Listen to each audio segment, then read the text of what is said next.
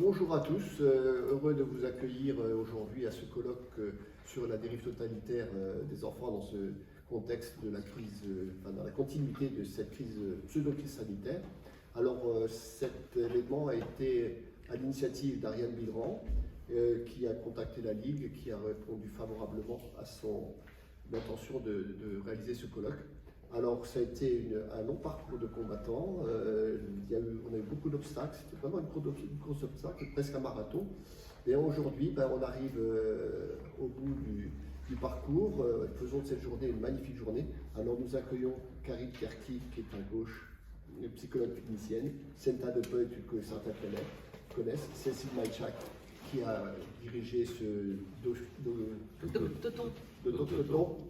Docteur Olivier Soulier, moi-même, président de la Ligue nationale pour la liberté des vaccinations, cette vénérable association qui, depuis 70 ans, se préparait à cette violente crise qui aujourd'hui nous préoccupe. Les choses ne sont pas finies, elles continuent en profondeur et aujourd'hui, espérons que nous allons parvenir à éveiller encore quelques personnes. Merci, je laisse la parole à qui? Vas-y, Senta. Du colloque. Je pense que la spécificité de la journée aujourd'hui, c'est d'avoir assemblé différentes pièces du puzzle totalitaire. Certains l'ont déjà vu venir, on va dire, donc avec l'agenda global. Au début, on va dire dans les 2-3 premières années, il y a quand même eu beaucoup de résistance face à cette idée. Tout le monde est toujours parti du fait que c'était des erreurs, des mauvaises compréhensions, etc. Je pense que maintenant, vraiment, ça se dessine, ça se démontre de plus en plus clairement qu'il y a un agenda global qui instrumentalise on va dire, la crise sanitaire et d'autres politiques et d'autres crises, d'autres événements qui sont souvent provoqués en partie. Et c'est un agenda global qui a quand même des accents eugénistes, totalitaires. Donc c'est pour ça qu'on est là pour en parler aujourd'hui. Il y a le volet, par exemple, des droits sexuels, il y a le volet de la vaccination, et on voit qu'il y a différentes pièces. Il y a la surveillance, il y en a d'autres. Il y a vraiment la responsabilité des organisations internationales, en particulier toutes les organisations onusiennes, qui manifestement, avec on va dire le forum de Davos, etc., a un agenda de contrôle complet. Donc ce qu'on est en train d'essayer de faire aujourd'hui, c'est de remonter jusque-là, jusqu'à la source, et de dire, voilà, là, à ce niveau-là, au niveau international, il y a différentes pièces d'un puzzle qui s'assemblent, qui est vraiment une prise de contrôle total, avec une violence extraordinaire sur la population, et en particulier sur les enfants. Donc voilà. Merci Senta. Alors on pourrait dire le titre du colloque est la dérive totalitaire sur les enfants. On pourrait dire que c'est pas une dérive alors, parce que le terme dérive, la définition, c'est déviation par rapport aux courses normales. Les gens ont du mal à se rendre compte qu'en fait, ça suit un cours normal, ce qui est en train de se passer pour, disons, comment peut-on l'appeler, l'état profond, ou en tout cas les gouvernements qui nous dirigent, c'est un cours normal, c'est ce qu'ils prévoyaient. On peut dire que la vaccination, et on a vu dans les médias que certains avaient les mêmes propos le même jour. On se rend compte que par exemple, les drag queens qui vont dans les écoles et les bibliothèques, etc., ça se passe partout en Europe. Ça se passe au Portugal, ça se passe en France, ça se passe en Belgique. Donc on a parfois du mal à se rendre compte que c'est chapeauté et téléguidé. Oui. Comment expliquer ça aux gens Là, j'ai une petite élément de réponse. Donc, ces programmes sont chaque fois associés à des financements. Donc, on endette, on l'a bien vu comme on a encore poursuivi l'endettement avec les grands projets Next Generation, qui sont les grands emprunts de l'Union européenne pour financer la vaccination, toutes les soi-disant mesures de réponse aux crises. Maintenant, c'est l'Ukraine. 92 millions, la Belgique vient de débloquer pour l'Ukraine. Voilà, donc on n'arrête pas de s'endetter pour toutes ces soi-disant crises, on va dire provoquées, parce que c'est nous qui avons choisi, c'est l'Europe qui a choisi de prendre les sanctions, par exemple. Ou de faire ces programmes de vaccination signés par von der Leyen pour plusieurs milliards. Mais donc, c'est par le biais de l'endettement et des incitants éventuellement financiers, mais vraiment de cette dette, c'est-à-dire que les financements, maintenant, on le voit par exemple avec un autre sujet en Belgique aussi, la réforme des retraites. La réforme des retraites, entre guillemets, Elle ne plaît pas actuellement au programme de l'Union européenne, ça ne va pas assez loin dans leur sens, et donc eh bien, il y a des financements qui ne seront pas débloqués tant qu'on n'aura pas fait ça. C'est la même chose avec ce programme des soi-disant droits sexuels de l'OMS, c'est la même chose, c'est lié à des financements, c'est lié à des contrats avec les États. Donc voilà, idem la vaccination, tous ces programmes en fait, c'est lié à des financements et c'est comme ça qu'ils vont y parvenir. Et au niveau de la soi-disant couverture santé universelle que l'OMS est en train de prôner et qui vont bientôt voter dans leur prochaine assemblée, la couverture, c'est pas une couverture en termes d'avoir autant de médecins et d'institutions, d'hôpitaux, etc., de moyens, de médicaments. C'est une couverture où on va coller un système d'assurance santé qui va conditionner, tout comme le pass sanitaire, etc., qui va conditionner tout le comportement des gens. Donc c'est ça ce qu'ils veulent, c'est en fait coincer les gens avec l'assurance, par exemple, pour la santé.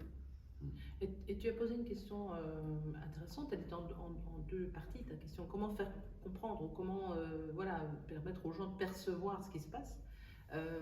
Je pense que beaucoup de gens commencent à comprendre, mais c'est tellement énorme ce qu'ils comprennent que c'est plus confortable de rester dans la situation où j'ai pas compris, je continue à vivre.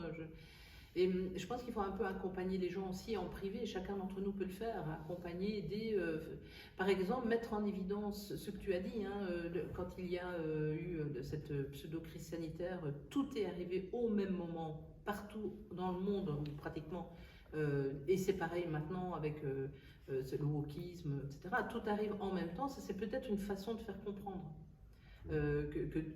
mais regarde, c'est arrivé là, et là on a dit, la crise pseudo-sanitaire, tout arrive en même temps, au même moment. Là on pouvait encore dire, mais oui, mais il y avait un virus qui était partout en même temps, ce qui, soit dit en passant, n'est pas possible. Mais tout était soi-disant en même temps partout. Donc là, les gens peuvent encore dire, mais c'était là, donc il fait. Mais le wokisme, il n'y a pas une urgence absolue, actuelle, qui fait qu'on développe tout ça partout en même temps. Or, c'est le cas, pas qu'en Europe d'ailleurs. Au Canada, là, tout récemment, j'ai eu l'occasion d'échanger avec un papa qui est en situation judiciaire gravissime. Il risque la prison parce qu'il refuse d'utiliser le, entre guillemets, bon terme pour parler de son enfant en il ou elle. Donc, c'est pas qu'en Europe, en fait. Donc, et ça, c'est peut-être quelque chose qui peut aider à accompagner les gens pour la compréhension. Le fait, effectivement, d'aller loin, d'aller trop loin, est une évidence. Dès le début de la crise, on a dit que l'histoire de la crise sanitaire n'était qu'un début. Et que derrière, on aurait effectivement les transgenres, les programmes d'extinction de réduction de population, toute la manipulation par le climat, qui est aussi quelque chose de très important, sur lequel on a énormément de mal à parler parce que il y a un certain nombre de tabous. Et je pense que le fait, d'abord, il faut prendre conscience que tout ce système est organisé. Le principe de la dette, depuis la Révolution française, on sait que c'est comme ça qu'on fait tomber les pays. Vous avez un problème, c'est pas grave, on va vous endetter. Mais quand on vous endette, on sait que vous ne pourrez jamais rembourser, donc un peu à la fois, on vous possède.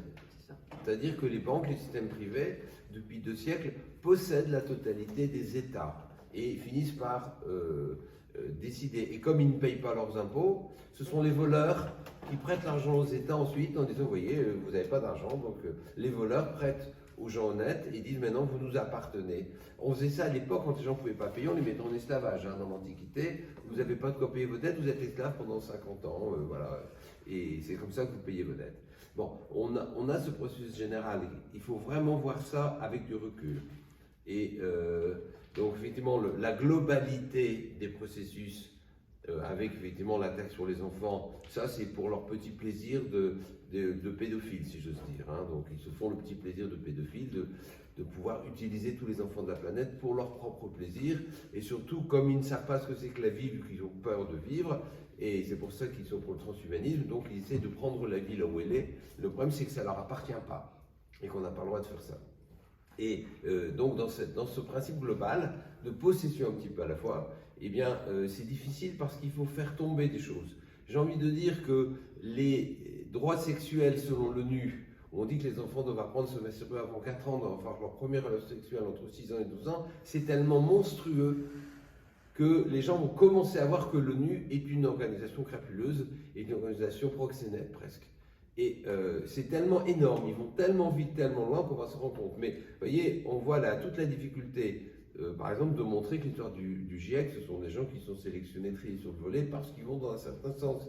Et tous les gens qui commencent de plus en plus à dire oui, mais le réchauffement climatique, c'est pas lié au carbone. Hein, c'est lié au mouvement du soleil, etc. Même Mars, ça se réchauffe, et je ne crois pas qu'il y ait une économie carbone sur Mars. Donc, vous voyez, on a ce genre de choses, mais c'est très très difficile. Et le combat que l'on mène ici, qui est un combat de lucidité, d'explication, est un combat très important, parce que c'est la vision globale. Effectivement, vous avez raison quand vous dites que comment expliquer aux gens, oui, mais c'est vrai parce que tout le monde fait la même chose en même temps. Bah oui, il y a McKinsey partout. Même nous, au Conseil constitutionnel, il y a McKinsey. Donc voilà, c'est une réalité. On est dans cette situation-là. Et donc, c'est cette vague gigantesque sur laquelle il faut alerter. Et j'ai envie de dire que l'histoire des droits sexuels des enfants, eh bien, c'est vraiment, par moi, j'ai envie de dire, ça, c'est le truc qu'ils font de trop, qui va les dévoiler quant à leur monstruosité. Toucher aux enfants, c'est vraiment peut-être la chose qui va faire réagir les gens. C'est pour ça que ce que nous faisons aujourd'hui ici est extrêmement important, parce que c'est vraiment le truc où il ne devait vraiment pas aller, et le truc qui va faire réagir tout le monde. Karina. Moi, j'ai choisi, par rapport à ce que viennent de dire mes collègues, j'ai choisi de prendre la vignette de la clinique du traumatisme. Je suis spécialisée dans le psychotrauma, je suis psychologue. Non, juste. Plus fort. D'accord, pardon. Je suis spécialisée dans le psychotrauma, je suis psychologue clinicienne, donc moi j'ai eu à cœur vraiment de dévoiler et de démontrer, de déplier comment ils ont mis en place tout le mécanisme pour justement mettre les parents dans la situation de maltraiter leurs enfants, comment ils ont mis les enfants en situation traumatique, et à chaque stade du développement, ils ont attaqué les acquisitions de les potentialités des enfants. Donc à chaque fois, ils ont attaqué systématiquement, ils ont mis en œuvre systématiquement tout ce qu'il ne faut pas faire dans le développement de l'enfant. Donc du coup, moi j'ai vraiment eu à cœur de déplier ça et de démontrer quand même, parce qu'on a des outils à notre disposition, puisqu'on connaît le mécanisme de la manipulation, on connaît le mécanisme du trauma. On a aussi justement dans la clinique du trauma beaucoup d'éléments pour aider les gens à sortir du trauma. C'est la vignette que j'ai choisie, et que justement c'est aussi ils ne sont pas dans la toute-puissance, même si c'est leur souhait, hein, même s'ils ont maltraité les enfants, même s'ils ont mis les parents en situation de dissonance cognitive, ils les ont amenés à maltraiter leurs enfants. On a quand même des outils pour sortir de ça. Et ce qui me semble important, c'est de redonner du sens à ce que les parents ont fait, parce qu'ils sont en dissonance cognitive. Donc c'est de redonner du sens, de leur expliquer ce qui s'est passé et de leur montrer qu'ils peuvent ressortir de ça. Ça, c'est ce qu'on voit dans la clinique du trauma. Cyril, tu as une question? Oui. En fait, derrière, on parlait de propriété. J'ai l'impression qu'en fait, on essaye d'enlever aux parents la propriété de leurs enfants. On se demande si l'État est en train d'essayer d'avoir la main sur l'enfance en évinçant les parents de leur éducation, de leur socialisation. Comment vous voyez ça, vous? Est-ce que c'est un processus qui vous semble réel? Et comment contrer éventuellement quelque chose comme ça? Est-ce que c'est par la loi? Est-ce que c'est en réinvestissant les parents? Alors, eh bien, c'est justement là où l'outil de la vaccination sert à aller vers ce procédé ou désocialiser, enfin, de s'accaparer les enfants au niveau de l'État, puisque la vaccination obligatoire, pédiatrique obligatoire, est un des outils qui permet justement ça. Les parents sont menacés en permanence de voir leurs droits parentaux suspendus s'ils n'obéissent pas à ces obligations. Et c'est en ça que la vaccination est un outil, est une arme qui est socialement dangereuse. Je peux rajouter quelque chose aussi. Vas-y, c'est ça, c'est vraiment un des points clés, c'est-à-dire des points communs qu'on voit, cette attaque sur l'autorité parentale, l'abaissement de l'âge du consentement, que ce soit le consentement, on va dire, enfin, il n'y a pas de consentement ferme dans les relations sexuelles, hein, soi-disant maintenant, qui peuvent être consentis plus tôt, ou dans la vaccination, ou dans les histoires d'identité de genre, où on peut tout faire, même en dehors de la connaissance, de l'information du parent. On peut, dans certains pays, vacciner, un enfant peut soi-disant, si ce n'est pas des vaccins obligatoires, où là déjà le consentement lui est enlevé, on va dire, d'office, ainsi qu'aux parents, mais sinon par exemple des vaccins comme le vaccin garde d'asile, maintenant on abaisse l'âge du soi-disant consentement possible de l'enfant en dehors justement de ses parents. Et je pense que ce qu'il faut voir aussi, c'est à quel point tous ces phénomènes sont des phénomènes typiques de la démarche totalitaire en fait. Si on compare avec le nazisme, ce que Ariane Billerand a fait aussi, et ce que d'autres personnes comme Vera Sharav, j'en parlais juste après parce que c'est très important, font, on voit que toutes ces stratégies, tous ces mécanismes, le trauma est une donnée essentielle si on veut induire les gens, la population, dans finalement à devenir de gens entre guillemets normaux, à avoir des comportements aberrants, voire monstrueux. Donc à obéir, à violer les lois, les principes, etc. Il y a cette, entre guillemets, nécessité d'introduire une forme de traumatisme permanent de la population. Et donc on voit que c'est ce qui se passe. Et je pense que ça, c'est vraiment le point commun. Donc c'est pour ça que les témoignages sont extrêmement importants. Les témoignages des personnes, les témoignages des victimes, les témoignages justement comme vous, des cliniciens. Et je pense par exemple aussi, puisqu'il faut appeler un chat, tout ce qui est l'agenda eugéniste qu'on a vu avec la montée du nazisme, eh bien on le retrouve aujourd'hui. Donc il y a cette série documentaire tout à fait extraordinaire de Vera Sharav, qui est une rescapée des camps, donc qui sort demain en version française, en sous-titrage français. Et là où elle a interrogé des rescapés comme elle ou des personnes de 2e ou 3e génération qui font vraiment la liste des parallèles entre ce qui s'est passé lors de la montée du nazisme et ce qu'on a vu avec la pandémie. Voilà. Et là, il y a 5 heures de documentaire, c'est flagrant. Et on a quand même aussi des scientifiques, par exemple avec la vaccination, enfin les injections Covid. On a des scientifiques comme Mike Eden dans le documentaire qui le confirment et qui disent là, ça ne peut pas être une erreur. Scientifiquement, les gens qui ont travaillé, qui ont été dans des compagnies, il vient de Pfizer, dans des compagnies pharmaceutiques qui ont développé ce genre de produits, on dit voilà, on a choisi les solutions, entre guillemets, vaccinales, les technologies avec la protéine spike, etc., qui sont celles qui sont dangereuses. C'est pas un hasard. Et on refuse de l'admettre. Pourquoi est-ce qu'on a vacciné les enfants alors qu'on n'en avait pas besoin? Je veux dire, tout ça, vraiment, il faut que les gens admettent, oui, il y a une intention de nuire, c'est clair. Il faut en parler. Et une intention de s'approprier aussi ce qui, entre guillemets, appartient au peuple. Par rapport à la question que vous posiez tout à l'heure, hein, donc déresponsabiliser les parents, retirer les enfants. L'intention est de vraiment s'approprier tout ce que le peuple a acquis, tout ce que le peuple utilise. On va jusqu'à l'eau aujourd'hui. L'eau.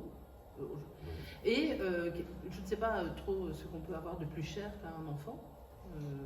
Donc c'est-à-dire qu'à partir du moment où on nous prend toutes nos richesses, y compris les enfants, puisque c'est ce qu'on a de plus cher, véritablement, c'est nous démunir totalement. L'intention, elle est là. La possession totale. La possession totale. Oui. C'est important de voir qu'il y a une sorte de contagion du traumatisme. Quand on regarde les grands qui ont contribué à mettre en place ça, comme Rockefeller par exemple, qui était un homme profondément traumatisé, puis qui s'est retrouvé à 50 ans totalement paranoïaque, en perdant tous ses cheveux, ses sourcils et ses poils pubiens, qui montre le niveau de son traumatisme à 50 ans. Hein, donc c'est un homme profondément traumatisé qui avait un père complètement fou, qu'on appelait Bill le diabolique, Devil Bill. Et voilà, donc il était lui-même traumatisé et il a répandu son traumatisme en pensant qu'il pouvait posséder le monde, qu'il avait tous les droits, donc dans un délire. Mais il adorait, il admirait Adolf Hitler, qui était aussi un enfant martyr, qui avait un énorme traumatisme, qui était un véritable enfant du placard, battu, martyrisé, donc qui avait aussi ce traumatisme de dissociation. Et ils ont perpétuellement, en fait, on peut conquérir le monde par l'amour ou par la peur. Et là, c'est à la conquête par la peur, on va tous vous traumatiser, comme ça vous serez tous comme nous. Et on pourra tous vous commander. Et quelque part, il y a presque dedans une sorte de désespoir des gens traumatisés qui disent on va tenter de s'approprier ce qui reste encore de vie, parce que nous, on n'en a pas. J'avais dit en plaisantant qu'il faudrait créer une ONG pour aller soigner ces pauvres traumatisés psychologiques que sont les membres de l'OMS ou les membres, etc. Et il faudrait trouver une solution pour faire de la psychopathologie des dirigeants et aller tenter de les soigner, parce que tant que ces gens-là sont dans leur traumatisme, ils vont tenter de propager l'idéologie de leur traumatisme. Ce qui est important de comprendre, c'est que c'est vrai qu'ils ont calculé tout. C'est vrai quand on voit avoir agi sur le système de coagulation, quand on regarde en détail l'action du vaccin, de la spike, le système de coagulation, le système de la régulation du système cardiaque, c'est-à-dire le système rénine-angiotensine, c'était difficile de faire plus dangereux. Vous voyez, c'est vraiment extraordinaire bien. Ils ont visé dans le centre de la cible de ce qu'il y avait de plus dangereux pour maintenir les gens en état de stress perpétuel, parce que non, vous avez une action et sur le stress, il y a une relaxation tout de suite derrière. Là, on est bloqué en action. Donc les gens se retrouvent bloqués en stress. Mais si c'est toujours important face aux gens qui sont en face de nous de comprendre ce qui se passe. Je pense qu'il y a une forme de sincérité dans leur folie. Et c'est ça qui les rend extraordinairement dangereux. C'est-à-dire que dans leur idée à eux, ils sont cohérents avec leur folie. Ils sont cohérents avec leur manière de faire. Et dans la mesure où eux ont perdu le sens humain, eh bien, ils essayent de faire au mieux dans leur absence d'humanité et dans leur traumatisme. Et comme on a eu un certain nombre de gens dans les dirigeants mondiaux, et on le sait, lesquels qui étaient dans ce genre de situation, eh bien, quelque part, on est dans une autre logique, dans une autre cohérence, mais une cohérence de folie. Et ils appliquent leur cohérence. Et pour eux, c'est ça qui est important de comprendre. Je pense qu'il y a une forme de sincérité dans leur manière de faire. Et c'est ça qui est dramatique. Quand Adolf Hitler fait les lois juives, mais le problème, c'est pas les juifs. Le problème, c'est qu'Adolf Hitler ne sait pas qui est son grand-père. Et pour moi, n'importe qui a le droit de savoir qui est son grand-père. C'est pas un droit excessif. Donc, la loi qui dit tout le monde a le droit de savoir qui est son grand-père, je la vote tout de suite. Sauf qu'on les transforme en loi juive parce que le grand-père d'Adolf Hitler est juif. Et que ça, il n'a pas envie de le savoir. Et tout le problème vient de là. Du coup, ce qui est une bonne intention et un droit normal de savoir qui est son grand-père, ça se transforme en une loi de persécution. Parce qu'on n'a pas compris ce qui se passait. Et c'est ça qui est important, parce qu'on ne démontrera pas le mode de fonctionnement de ces gens si on ne comprend pas leur mécanisme interne. Et quelque part, on dit que l'enfer est pavé de bonnes intentions, et on est vraiment dans cette situation. Ils nous proposent l'enfer avec les bonnes intentions de leur trauma, qui deviennent des intentions infernales, puisque, parlons clairement, vouloir dévorer les enfants, c'est l'image de l'enfer. Et l'image des ogres de notre enfance qui allaient dévorer les enfants, on y est complètement. Mais je voudrais juste rajouter quelque chose. Tu décris, on va dire, ce qui se passe au niveau des individus. Je pense qu'il y a quand même aussi une volonté, on va dire, je pense que le pouvoir, et ça c'est vraiment quelque chose, en tout cas moi, il m'a fallu des années pour en arriver à cette conclusion. C'est-à-dire qu'il y a quand même une matrice de pouvoir, de famille, de banquiers, etc., de famille royale, et tout, qui se maintient par justement l'utilisation du trauma. C'est une politique. Alors évidemment, il y a des individus où on recrute les individus chez qui il y a déjà une fragilité ou un trauma qui est existant. Il y en a d'autres où ce sont des choses qui se perpétuent et où on voit bien aujourd'hui qu'il y a quand même au niveau, et ça c'est les gros dossiers, donc parce que d'un côté il y a les politiques, ce qu'on voit qui est mis en place pour les organisations onusiennes, etc. Mais il y a aussi les dossiers, on va dire, de l'état profond, où on voit qu'en fait, oui, il y a quand même entre l'affaire Epstein et Bill Gates, les relations, elles étaient là depuis la fin des années 80. Au sens de revenir sur la position qu'on a eue initialement, c'est compliqué de revenir en arrière, c'est comme d'avouer qu'on a été dupé en fait, hein, et ça c'est insupportable, parce que c'est tellement énorme quand on commence à se rendre compte que voilà, ça a été les vaccins, mais il y a d'autres choses, quand on commence à faire le maillage, hein, comme c'est Senda, ça devient insupportable et même impensable, et c'est pour ça qu'il y a quelque chose on est dans les fractions psychiques, on est dans le trauma. Donc qu'est-ce qu'on fait quand on est traumatisé? Eh bien, on dénie la réalité et on continue à maintenir cette discordance. Mais par rapport aux enfants, et c'est là, je pense qu'on a un levier important, ils sont allés, voilà, ils sont près, nos enfants, maintenant, et que là, il y a quelque chose, pour les parents, de se voir en situation de maltraiter leur enfant, là, il y a quelque chose qui réagit. Moi, je le vois du côté des parents, je travaille depuis plusieurs années auprès de patients et donc de parents qui sont traumatisés, et il y a quelque chose, voilà, qui vient faire écho en eux, et donc ça, c'est notre levier pour pouvoir changer les choses. Et c'est en train de bouger tout doucement. Mais il faut vraiment de la patience, il faut du soutien, il faut vraiment soutenir les gens qui sont en discordance. C'est vraiment, ils ont besoin de ça et de toute leur attention, parce qu'au moment où ils se rendent compte qu'ils ont été mis en situation de discordance, c'est très violent, c'est vraiment très violent, parce que c'est ce qu'on appelle les mémoires traumatiques, quand ça se réveille, c'est hyper violent, donc il faut vraiment les contenir. Moi, j'appelle ça le temps de la compassion. C'est vraiment de ne pas juger les parents, vraiment être dans la bienveillance à leur égard, et que ce soit les collègues, les parents, enfin voilà, de manière plus générale, je crois qu'il faut vraiment être dans la compassion. Parce qu'on leur a raconté en plus, parce que c'est très pervers ce système, on leur a raconté que sous couvert d'autorité, on allait prendre soin d'eux. Et ça, on est dans la dynamique des enfants abusés. Des parents qui maltraitent leurs enfants, c'est impensable pour un enfant. Donc il va continuer à aimer ses parents coûte que coûte. Parce que ne pas les aimer, c'est se priver d'amour et du fondement de sa constitution psychique. Donc ils vont rester là-dedans. Donc c'est là où on peut justement les aider et à rebasculer, d'abord de réaliser qu'effectivement, il y a des parents, il y a une autorité qui a été malfaisante pour eux et pour leurs enfants. Et c'est là où on a vraiment à levier.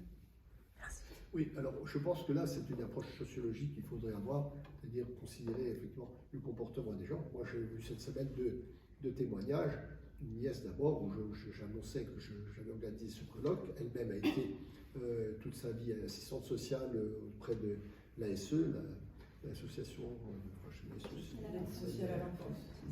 Et donc, mais elle ne voit pas la réalité de ce qui se passe actuellement. Mais non, il y a des lois en France qui empêchent la maltraitance, etc. Tout est bien fait. Ça, et donc, il y a un barrage. Et pas plus tard qu'hier soir, j'étais là où je dors avec une personne et tout va bien. Au contraire, aujourd'hui, il y a une partie de la population qui dit tout va bien. Et l'autre qui, malheureusement, il faut avoir un moment à faire voir un proche disparaître. Je rappelle qu'aujourd'hui, c'est aussi la journée mondiale de témoignage aux victimes de ces vaccinations expérimentales, de ces injections expérimentales. Donc la prise de conscience passe par là, malheureusement, par le drame, etc. Alors tous ces gens qui meurent au champ d'honneur, quelque part, vont nous aider. C'est dans toute guerre, puisque nous sommes en guerre. Il y a des termes, c'est nous sommes en guerre, tout en même temps. C'est pas quelqu'un en particulier. Eh bien, voilà. Il a fallu dans toutes les guerres, tout le monde parle à fleur au fusil, puis à un moment, face à la montée des drames, il a fallu en 14-18 attendre 2017 avant que ça ne bascule. On en est là aujourd'hui. De quel côté ça bascule, personne ne sait. Ça, c'est une approche sociologique qu'on essaye aussi d'approcher. C'est pour ça aussi que notre rôle en tant que Ligue nationale pour la vaccination doit être accompagné par différentes spécialités, dont les psychologues, dont les médecins, dont les politiques aussi. Moi, je vais revenir parce qu'on a abordé la question par rapport au journalisme aussi, et puis bon, on est parti ailleurs. C'est vraiment ça que j'aimerais vous entendre sur la médiatique, en fait, Oui. le rôle des médias. Oui, si je peux, c'est moi la journaliste. Voilà. Non, mais bon, voilà, de toute façon, ça n'a pas encore été mentionné, donc oui, non, parce que là, j'ai vraiment effectivement une expérience, par exemple, avec l'autisme et la vaccination, donc j'ai le grand honneur de ne travailler que sur des sujets. Je ne me souviens pas d'un événement auquel j'ai participé ou que j'ai organisé où il n'y a pas eu des tentatives de censure. C'est bien simple, voilà, c'est comme Alexandre, ma carte de presse, n'en parlons pas, j'en ai pas non plus, on me la refuse. Bon, après, j'ai pas mené le même combat, mais il est clair qu'il m'est arrivé régulièrement de rencontrer des journalistes honnêtes qui venaient, qui travaillaient parfois, bon, je sais pas, TV5 ou pour d'autres, ou Arte, enfin, il y en a eu, ou des journalistes qui venaient avec, en tout cas, personnellement, une démarche de se dire, il y a plein d'autres médias.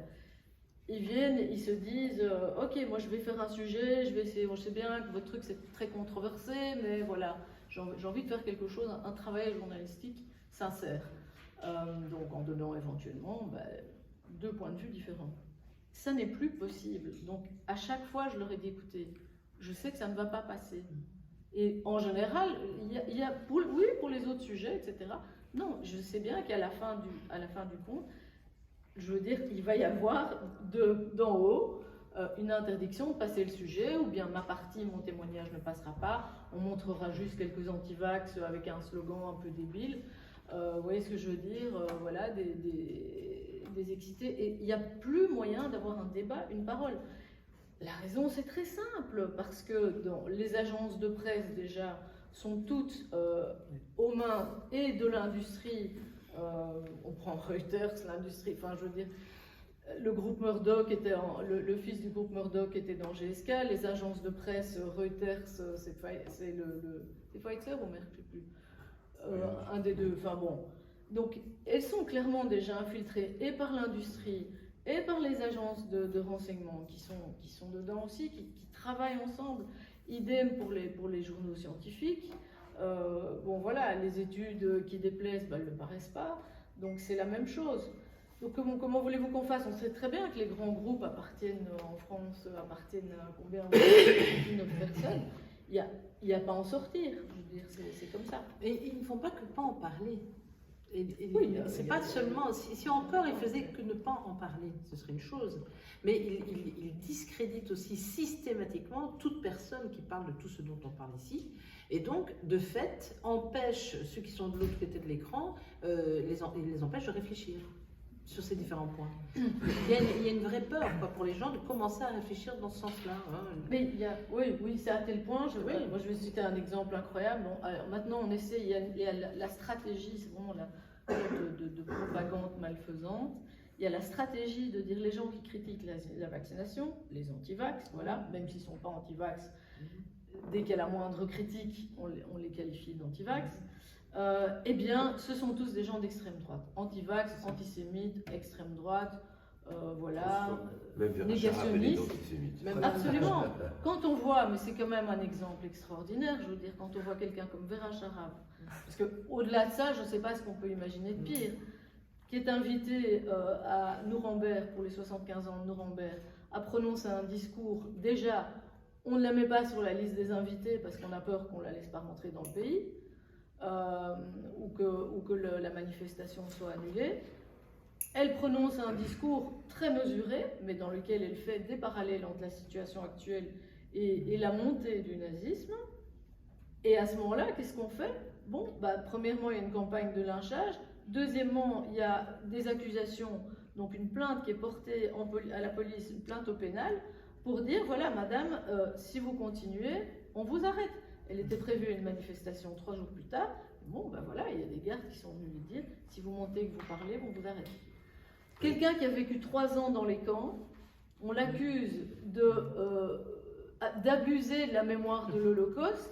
Je veux dire, à un moment où la dissonance cognitive, je ne sais pas, c'est tellement flagrant, je ne sais pas ce qu'on peut faire de plus là. Il y a quelque chose qui me semble très important concernant la presse. Je pense que Kairos est plus connu et plus lu que Le Monde. Le Monde, aujourd'hui, il n'y a que 9000 abonnés. Je pense que les vidéos de Kairos, il y a plus que 9000 vues. C'est clair? Donc aujourd'hui, on a quoi? On a une presse globale. Alors je crois que c'est à Sud Radio qu'ils ont dit l'autre jour, il y a 2 types, dans la presse classique, il y a 2 types de journalistes. Il y a les journalistes honnêtes et il y a ceux qui ont du travail.